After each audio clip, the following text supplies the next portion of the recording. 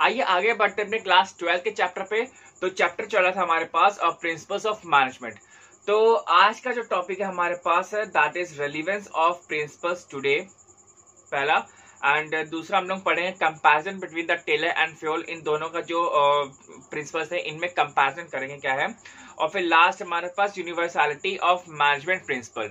ठीक है, तो आइए सबसे पहले देखते हैं कि relevance and relevance of principles क्या क्या है, कि जितने भी जो आपके जो फेयोल के जो 14 प्रिंसिपल्स दिए हुए हैं तो इनमें क्या क्या रेलेवेंस होता है और हम लोग क्या इसमें अपना मॉडिफिकेशन कर सकते हैं।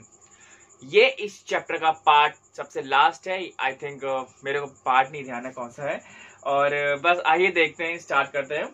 तो पहला हमारे पास डिविजन ऑफ वर्क। ठीक है, तो इसमें क्या है कि total task can not be perform by one person. ठीक है, तो भाई साहब हर एक कोई पर्सन जो है वो रजनीकांत नहीं बन जाएगा, तो हर एक पर्सन हर एक काम नहीं कर सकता। क्लियर है, तो हमें जो काम को नॉर्मल सी बात है उसको डिवाइड करना ही पड़ता है जिससे कि हमारा जो काम है वो परफेक्शन आ सके। मॉडिफिकेशन क्या कह रहा है कि degree of division of work differs from the one organisation to the another. Clear है, बहुत बार ऐसा भी होता है कि जो हमारा जो डिग्री ऑफ वर्क होता है वो हमारा डिफर कर जाता है ऑर्गेनाइजेशन टू ऑर्गेनाइजेशन पे। सेकंड है हमारे पास अथॉरिटी एंड रिस्पॉन्सिबिलिटी।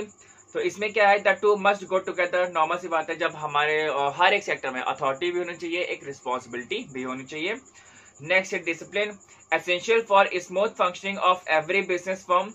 और इधर दिया हुआ है कि टाइप्स ऑफ डिसिप्लिन में be different in different firms. Example है सेल्फ डिसिप्लिन और the army type of discipline. तो हर एक जो डिसिप्लिन होता है हर एक अपनी ऑर्गेनाइजेशन का वो अलग अलग होता है। क्लियर है, कहीं पे लीनियंसी आपको मिलती है, कहीं पे लीनियंसी नहीं मिलती है, तो कहीं पे तो ऐसा बिल्कुल आर्मी टाइप का एक डिसिप्लिन होता है कि मतलब आप इधर का उधर नहीं कर सकते। ठीक है, नेक्स्ट आता है हमारे पास यूनिटी ऑफ कमांड। तो यूजुअली फॉलोड, नॉर्मल सी बात है। In some cases an employ may be asked to report of the two bosses. तो कभी कभी उसको दो बॉस को भी मतलब रिपोर्ट करना पड़ता है, या मान लीजिए कि एक से ज्यादा बॉसेस वगैरह होते हैं तो उनको हमें अपनी सारी इंफॉर्मेशन देनी पड़ती है। Unity of direction, department of a business firm usually organised as per this principle, but in some business firms matrix structure is use. ठीक है, unity of command and unity of direction हमने बताया था, कुछ similarities भी होती है, लेकिन यूनिटी ऑफ जो डायरेक्शन होता है वो हम लोग जब तब इम्प्लीमेंट करते हैं when we do have the direction, कि हाँ हमें अपने आने वाले समय में ये चीजों को अचीव करना है। क्लियर है, तो यहाँ पे क्या बोला कि in some business firms matrix structure is use, मतलब मैट्रिक्स मतलब कि कई चीजों को हमें अचीव करना होता है। In the coming couple of months और the couple of years we have to just achieve couple of goals. ठीक है, नेक्स्ट है हमारे पास 6 है subordination of the individual interest to the common interest. तो इधर है कि essential for the common goods, normal सी बात है। And some employees may not follow this principle. ठीक है, बहुत बार ऐसा भी होता है कि कॉमन जो गोल्स वगैरह होते हैं हमें वो अचीव करना होता है, यहाँ पे रेलेवेंस होना चाहिए। लेकिन ये भी होता है कि बहुत सारे जो लोग होते हैं या जो पर्सन होते हैं उस चीज को वो देखते ही नहीं है उसके तरफ। Next is remuneration, just and fair in the most cases, and in unorganized sector this principle may be violated by the many firms। बहुत बार ऐसा भी होता है ना कि जो लेबर तबके का आदमी होता है उसको हम लोग बढ़िया से रेमुनरेशन नहीं देते हैं। ठीक है, मतलब उसके अकॉर्डिंग नहीं देते हैं जितना वो डिजर्व करता है, उससे कम ही उसको देते हैं। तो ये कई लोग जो होते हैं एक्सप्लॉइट करते हैं, हर एक सेक्टर में होता है। सेंट्रलाइजेशन क्या है कि some decentralization found in every firm and degree of decentralization may differ from the firm to firm. ठीक है, इजी है।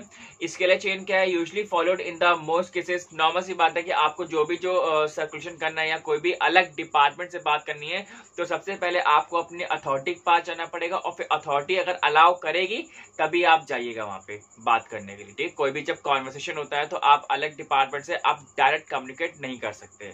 You need to take the permission of your senior or the boss you say।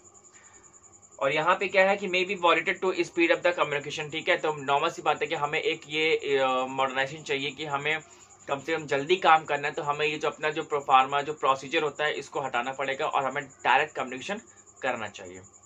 Next है order, use to avoid the chaos and the degree of order may vary in the another firms to the another firm। ठीक है, equity क्या है कि employees have to be equitable to ensure good relation with the employees and cases of inequality reported in the some firms. ठीक है, inequality मतलब बराबरी से उनको नहीं दिया जाता है, तो ये भी एक प्रॉब्लम हो जाती है। नेक्स्ट है stability of tenure in the interest of the employer too, ठीक है, एम्प्लॉयर को भी ये देखना पड़ता है कि भाई साहब क्या है, सामने वाला बढ़िया से काम कर भी रहा है कि नहीं कर रहा है, तो ये भी चीजें।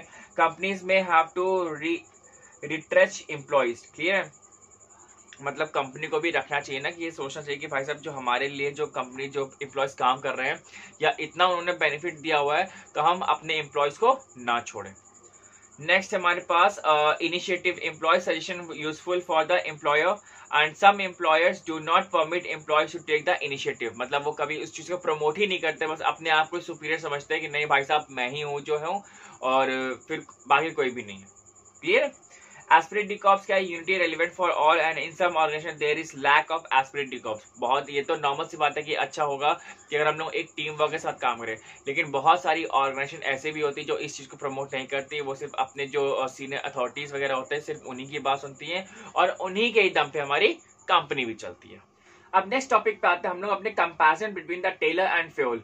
अब यहाँ पे देखते हैं जितना भी जो टेलर ने प्रिंसिपल अपने दिए हुए हैं और जो फ्योल ने अपने 14 प्रिंसिपल्स दिए हुए हैं, अब इन दोनों का कंपैरिजन देखते हैं कौन बढ़िया है, टेलर है या फ्योल है। आइए देखते हैं। तो सबसे पहले हम लोग देखते हैं कि बेसिस ऑफ डिस्टिंक्शन टेलर है एंड देन फ्योल है। आपकी स्क्रीन पे चल रहा है कि पर्सपेक्टिव देखते हैं कि ऑपरेटिव और द शॉप फ्लोर लेवल आराम से, मतलब एक छोटे काम के लिए तक तो ठीक है टेलर का, लेकिन जो फ्योल का है that is a top level of management, मतलब जो सीनियर अथॉरिटी है, जो टॉप लेवल मैनेजमेंट है, वो यहाँ पे इंप्लीमेंट आराम से हो सकता है। नेक्स्ट हमारे पास पर्सनालिटी क्या है, इसमें साइंटिस्ट है, इसमें प्रैक्टिशनर है, क्योंकि फ्योल ने जितने भी जो अपने प्रिंसिपल दिए हुए हैं वो बिल्कुल प्रैक्टिकल लाइफ से जितने भी जनरेटेड हैं वो दिए हुए हैं, जो उनको प्रैक्टिकल लाइफ से समझ में आया है वो उन्होंने दिया हुआ, ठीक है। फोकस देखिए क्या है कि increasing productivity of workers and improving overall efficiency of administration.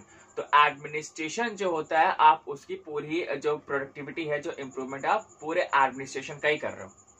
Technique क्या है कि scientific observation and the measurements and general principle of management. Nature of कैसा है वर्क डन का कि साइंटिफिक मैनेजमेंट है और यहाँ पे फेयर में आता है आपके पास जनरल थ्योरी ऑफ एडमिनिस्ट्रेशन। अब यहाँ पे लास्ट टॉपिक हमारे पास यूनिवर्सलिटी ऑफ मैनेजमेंट प्रिंसिपल। तो जैसे कि नाम में ही यूनिवर्सलिटी, तो दैट मीन्स कि जितने भी हमारे प्रिंसिपल हैं, चाहे वो टेलर के ले लीजिए चाहे आप फ्योर के ले लीजिए, तो ये जो प्रिंसिपल है हमारे पास अगर आप देखोगे कि दुनिया में कहीं पे भी इम्प्लीमेंट हो सकते हैं, किसी भी ऑर्गेनाइजेशन में, किसी भी फॉर्म में, दूसरी फर्म से दूसरी फर्म को भी वैरी करता है और जो आप एक कंट्री से दूसरी कंट्री में भी वो वैरी करता है, क्लियर है। तो यहाँ पे सिंपल सी चीजें यही है कि आप कोई भी काम कर सकते हो बट आपको वो एक्यूरेटली वो काम करना पड़ेगा। जैसे फेयोल खुद कहते हैं कि जो एक आर्मी ऑफिसर है he can be a successful businessman. क्यों? क्योंकि जब वो खुद ही अपना इतना डिसिप्लिन में रहता है आर्मी ऑफिसर, तो वो अपना वो आर्मी का डिसिप्लिन अपने जब बिजनेस में लगाएगा तो नॉर्मल सी बात है कि वो आगे फ्यूचर में वो ग्रो कर सकता है। देखिए जो मैनेजमेंट के प्रिंसिपल्स है, नो डाउट कि वो एक ऑर्गेनाइजेशन से दूसरी ऑर्गेनाइजेशन में जरूर वेरी करेंगे, जैसे that totally depends upon their culture and their working atmosphere. अगर हम लोग डिवीजन ऑफ वर्क का ले लें तो डिवीजन ऑफ वर्क जो है वो हर एक ऑर्गेनाइजेशन में होता है, लेकिन डिग्री मतलब कितना हम काम किसको डिवाइड करेंगे ये भी तो एक मैटर करता है ना। तो मतलब यही चीज होती है कि प्रिंसिपल आप हर जगह इंप्लीमेंट करो, लेकिन उस प्रिंसिपल का हम लोग एक मॉडिफिकेशन भी कर सकते हैं which may vary from the one firm to the another firm or may from the one country to another country। Clear है? तो आज के लिए बस इतना ही रखते हैं हम लोग, और here we have completed the principles of management of the class 12th। तो मिलते हैं नेक्स्ट वीडियो में। Till then bye bye and thank you very much।